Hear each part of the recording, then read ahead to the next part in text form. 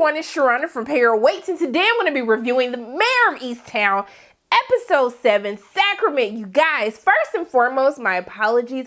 I did not know y'all was going to be hooked to Mare of Easttown like that. I should have known because I told y'all to watch the show. So, as promised, I said that I will do a recap of the season finale of Mare of Easttown. And you guys, I was not ready. If my edges wasn't already braided up right now and tight, I am shooketh. I had to pause the episode so many times to scream, to yell, to be like, wait, is this really happening? I just want to give them kudos, okay? Because like wherever I thought this was going to go as we try to figure out who was responsible for Aaron's murder, I just didn't think that we would end up where we ended up at the end of the episode. So we're going to go ahead and I'm going to jump into it.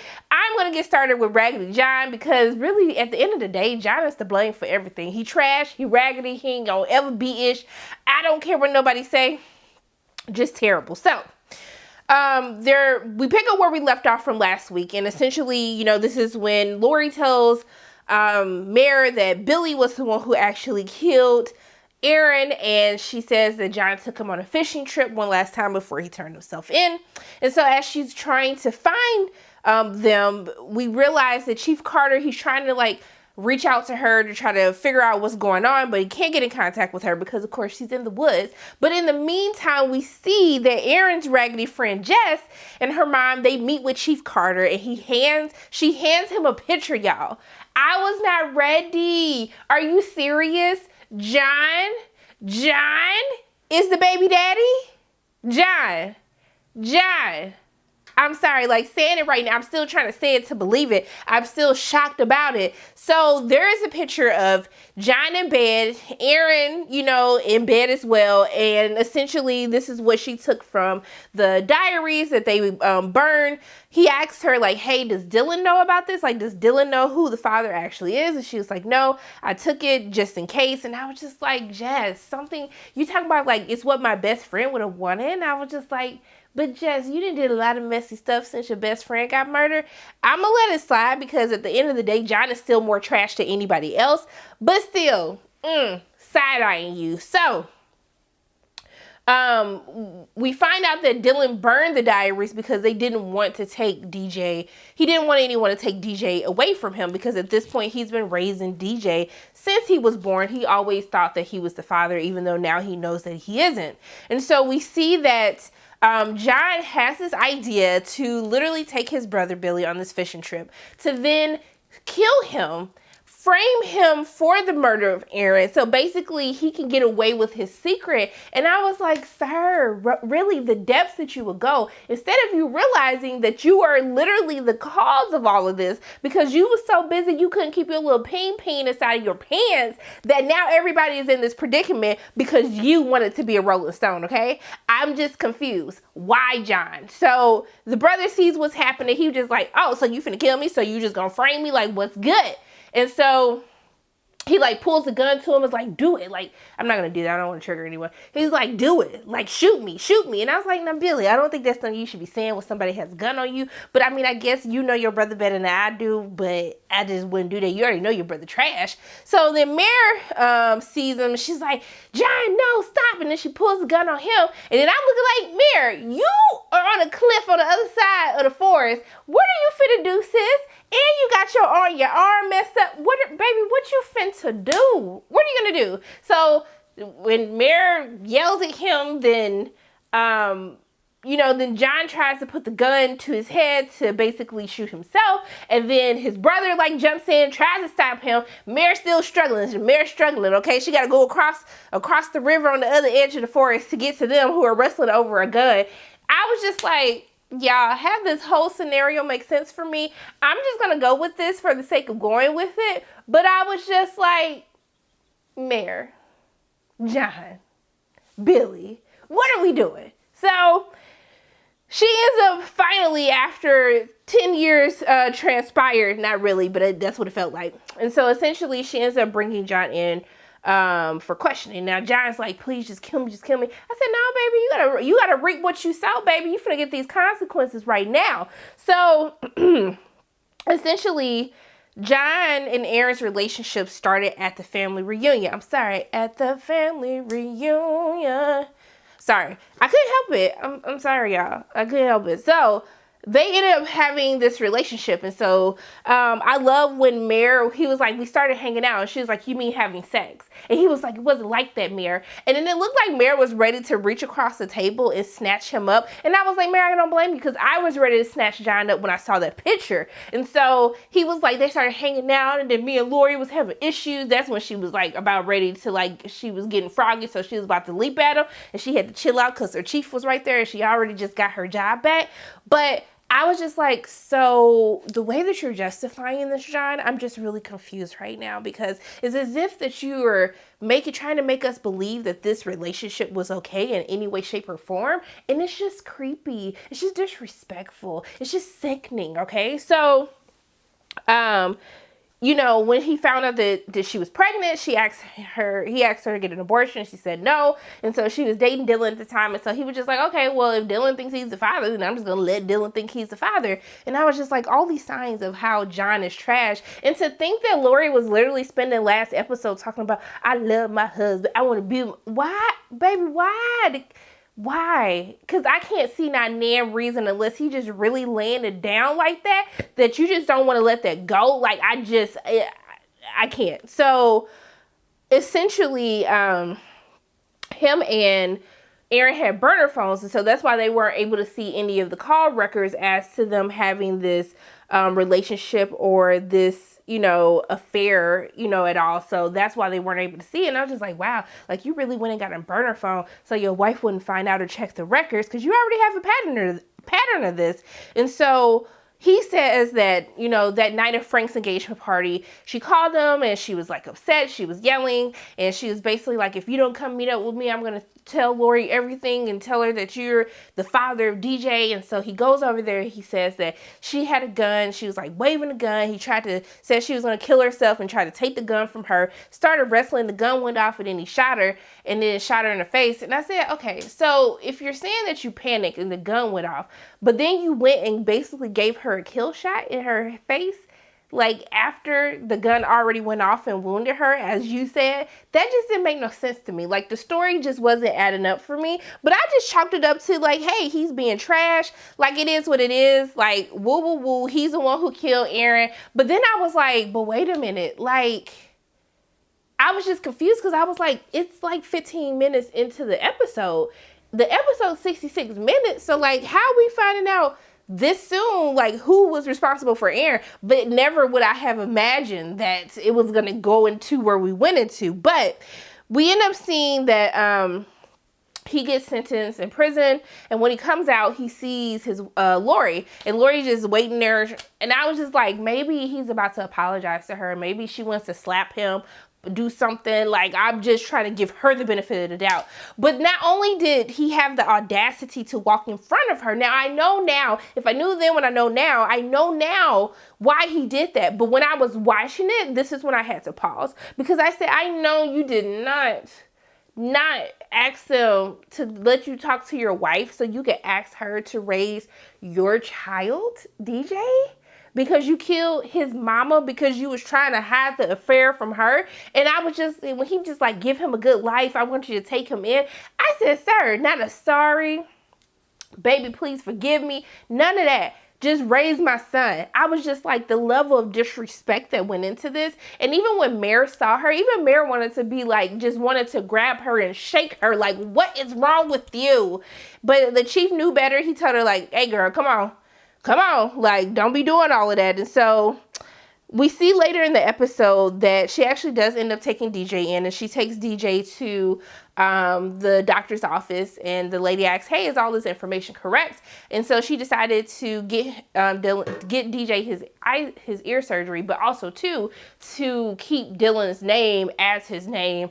I don't know what that was about. I don't know if that was a slight to get back at John, I'm not sure, but I was just like, I mean, I guess I have to commend you for doing right by DJ, because at the end of the day, it isn't DJ's fault that your husband is trash, okay? It's not his fault. So we see that Dylan ends up coming to the house He drops off some money, and she was like, you didn't have to do this. He's like, I know I didn't. But he also handed her the envelope for that his mom had, Aaron had, for DJ's ear surgery. And so, you know, I was like, as much as like I know this was a moment to show that Dylan wasn't trash, Dylan is trash. Like, did he just get away with pulling the gun on old girl last week? Like, we just supposed to let that go? We supposed to act like everything is okay? Dylan's not going to get in trouble for burning the diaries, obstructing I just feel like Justin should be in jail.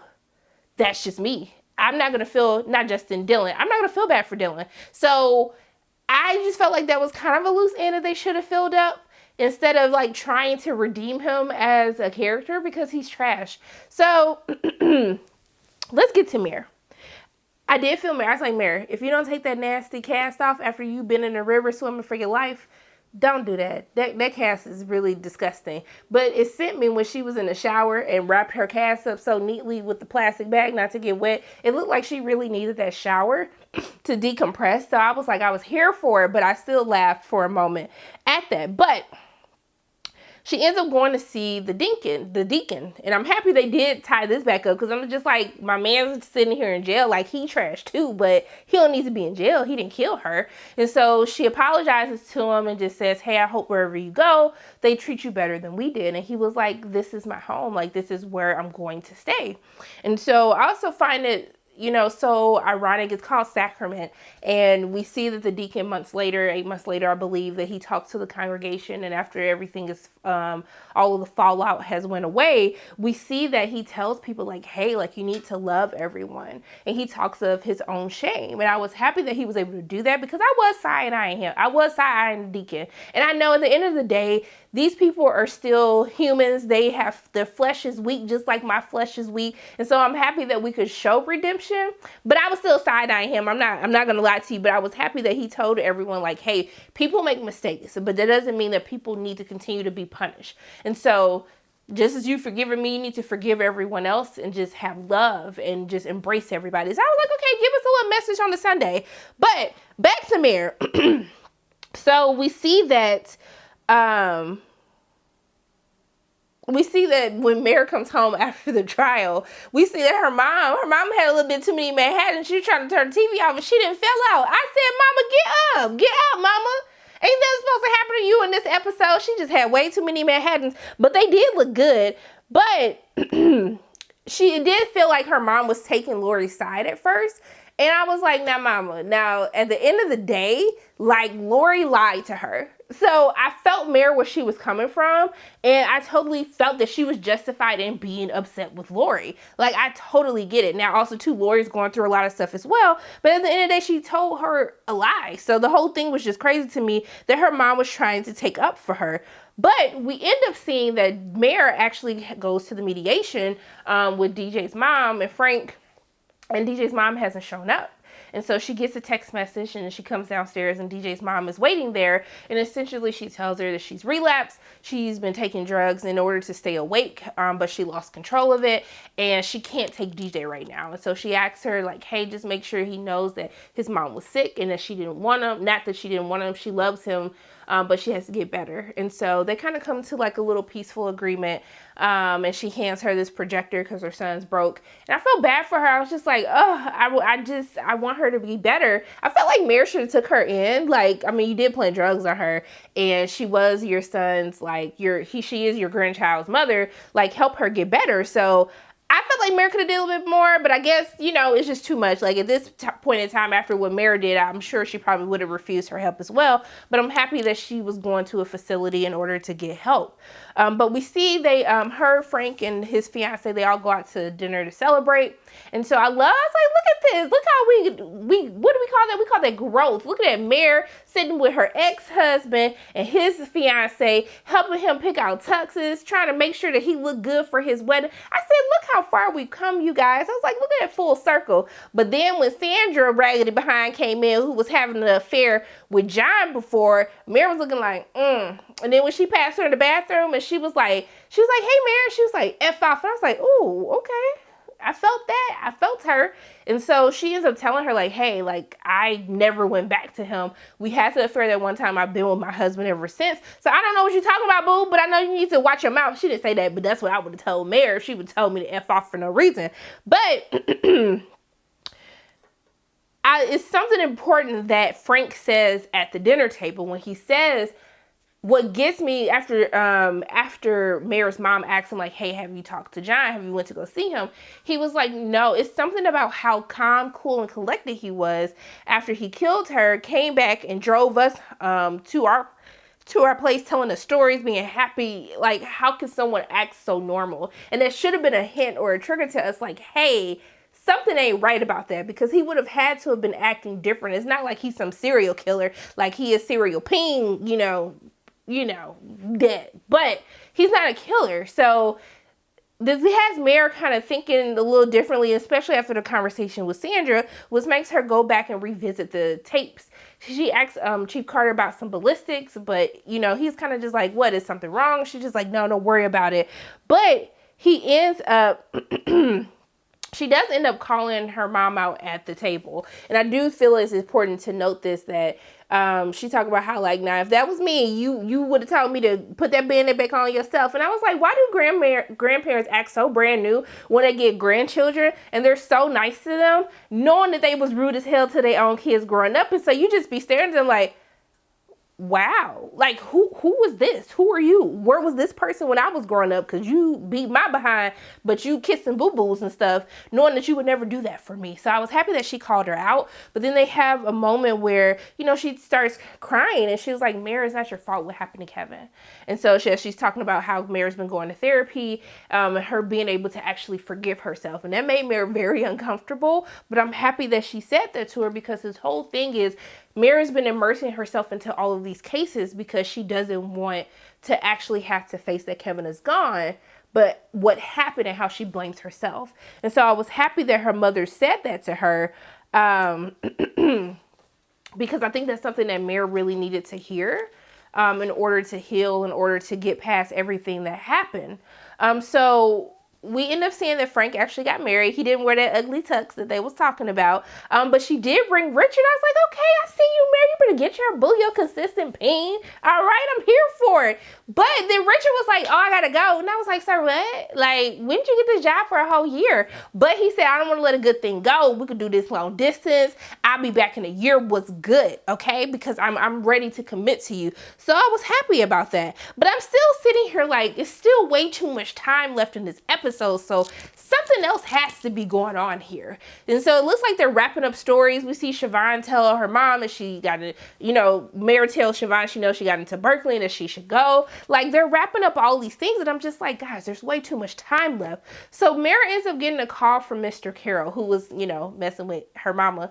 She said it wasn't no bad blood between that, but just say hi from distance going forward. And so he talks about how he had a gun, and then the gun was missing, and then the gun came back. And so she asked him, like, hey, who else has access to your shed where you keep your gun? And she was like, no one, just me and the guy who cuts my grass. And when she was like, well, who cuts your grass? And he said, Ryan. I said, Beach, what? Ryan? The child Ryan? What? So I'm looking shook. Mare looking shook. Mr. Carroll's still confused because he's like, girl, what is happening? What's going on? I'm just trying to figure out, am I going crazy? Like, what happened? My gun was gone. Now it's back. Got bullets missing. What's happening? So she ends up going to see Ryan at school. And baby, when Ryan looked at her, he was gone. When I say my man's jumped the whole fence and started running around, and Mary just stared at him like, if you think I'm finna chase your raggedy behind, because I remember the last time she had to chase somebody at the beginning of the season, she was like, you're sadly mistaken. And so she puts out an alert to the police department. They show up at Lori's house, and we see Ryan darts through the door. Is like, Mom, Mare knows. She knows everything. And so she just holds her son. And can I just say that Julianne Nicholson was acting this episode as Lori. Like, she did the dang on thing. And I really think that we need to put some respect on her name, because she kills in everything that she's in. But Mare shows up and she walks to the door. She just walks in the door. And I really have to say, Mare, the way that you walk into Lori's house consistently without knocking, like you just be busting in door. I'm just really confused. I understand y'all used to be friends, but right now things are rocky. So like the way that you just be walking into Lori's door, it's just too much. And so she ends up taking them down to the police station. And essentially he tells her what happened. And so he says that he found the messages in the phone and confronts his dad, and he said he wasn't going to see her anymore. But at Frank's party, he gets he sees his dad go outside. He's arguing on the phone, but then he has the other phone where she sends him a text message saying to meet her in the park.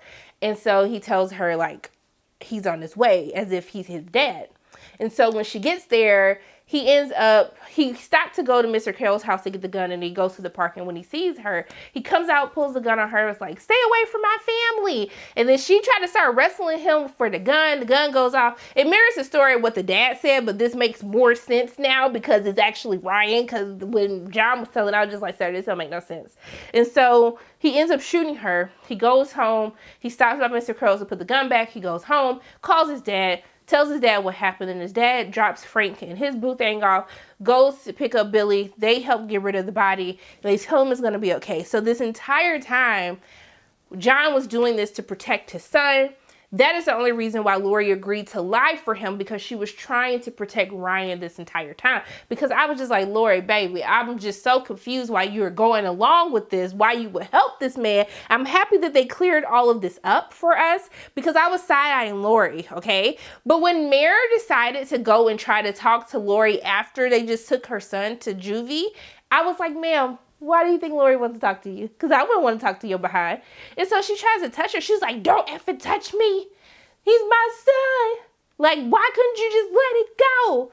And I was just like, I mean, she got to do her job, but I kind of get what she meant, because it's like she's running away from dealing with her own stuff, and that's why she had to figure out who this killer was.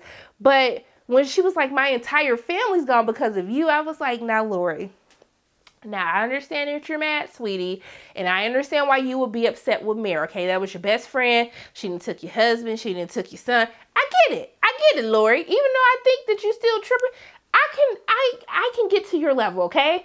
But when you blame her as if your raggedy ass husband, John, isn't the reason that your entire family is gone. It's your husband, baby, not Mare. It's your husband, sweetie. Don't do that. I'm going to let it slide because you in the heat of the moment, you're upset. But I was just like, sis, no, it's your raggedy husband. I need you to apply blame to where it's supposed to be. So we see that Mare ends up talking to her therapist, and this is what her therapist asks her, now that this case is done, are you able to deal with what happened to Kevin? And so she doesn't necessarily answer that question. But we see that Lori, some time has passed. She sees Ryan. It's his birthday. His sister gives him a birthday card, and then he's playing with his brother DJ, which I'm like, that is a tough conversation to have, to let your brother know you killed his mom. I don't know how they're going to deal with that, but that's one hell of a conversation to have when that baby gets older. But we see that at the end of the episode, we see that after she leaves church, she goes to talk to Mare. Mare goes to talk to Lori. Once again, she just walks into her house unannounced. I'm just like, oh, okay, we're just still walking in the house. It's like, this lady don't hate you. And so she tries to talk to her. Lori breaks down, and she just holds her. So I guess they cool now. I don't know what the relationship's going to look like. But the most important thing that happens at the end is we see that Mare goes upstairs to the attic and finally confronts what happens to Kevin, which is this full circle moment of her actually, now that she's put this case to bed, now she has to actually accept that she isn't the reason that Kevin killed himself, and that she can actually face that now. And so I'm happy that I was able, we were able to witness that and have everything come full circle. But as for this season, you guys, I really enjoy Mare of Easttown. Like, it started off slow, but with the twists and turns every week, HBO know how to get our attention with these limited series, honey. I was here for every single moment of Mare of Easttown. But this finale literally took us down one rabbit hole after the next, and it was so exciting to watch. Literally me screaming at my TV this entire episode. It was so good. And like, I I don't know what I'm going to do now on Sundays because I have nothing else to watch. Because Mare of Easttown is so good, I need like my next fix. You had Big Little Lies, you had The Undoing, then you had Mare of Easttown. What are we going to have next? But John is still trash. We know that Billy's getting out on parole. I don't know what this does for John. How long he's going to be in jail since he wasn't the one to kill. He was just, I don't know what's going to happen. Maybe he gets more years because he wasn't cooperative. He didn't tell the police the truth. But, or does this mess up Billy's thing? Because Billy was technically lying for Ryan as well. I wish we could have seen like kind of the fallout from that and what was going to happen. And I wish we could have seen some type of conversation happen between Lori. They show like flashes of it, but like actually see what that conversation looked like for them. I do wish that we could have got to have seen that. And just a little bit more tie-in wrap up for Dylan's loose ends. But overall for me, I really enjoyed this finale. I really enjoyed this season. I'm amped. I'm on level 1000 now. Let me go calm down and go watch posts so I can post a review for you guys. But those are my thoughts on Mare of Easttown. Episode 7, Sacrament. As always, my name is Sharana from Payroll Waits. If you like what you saw today, make sure you hit the like button, hit subscribe, share this video with your friends, and make sure you hit that notification bell. And I love you guys 3000. And until I see you again, bye.